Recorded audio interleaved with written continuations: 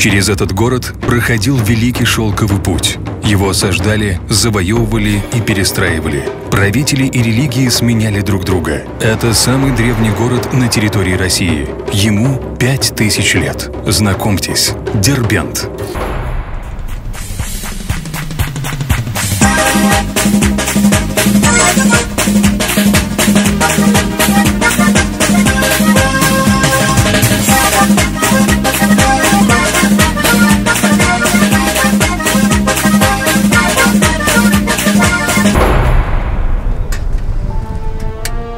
Дербент – музей под открытым небом, получивший статус государственного музея-заповедника, объекта всемирного наследия ЮНЕСКО. Древний город раскинулся на западном побережье Каспийского моря. Дербент означает «узкие врата», и двойные стены перекрывают город от морского берега до крепости Нарын-Кала.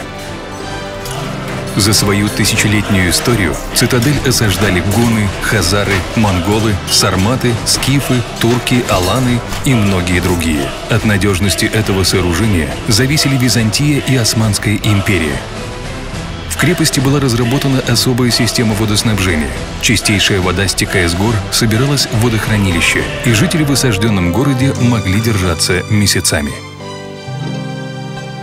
Начиная с VIII века, арабы активно строили здесь мечети, распространяя ислам. Одна из них, соборная Джума-мечеть, самая древняя в России и входит в 5 древнейших в мире. Сегодня Дербент – культурный центр Дагестана, откуда распространились искусство, ремесло и ценности многих мировых цивилизаций.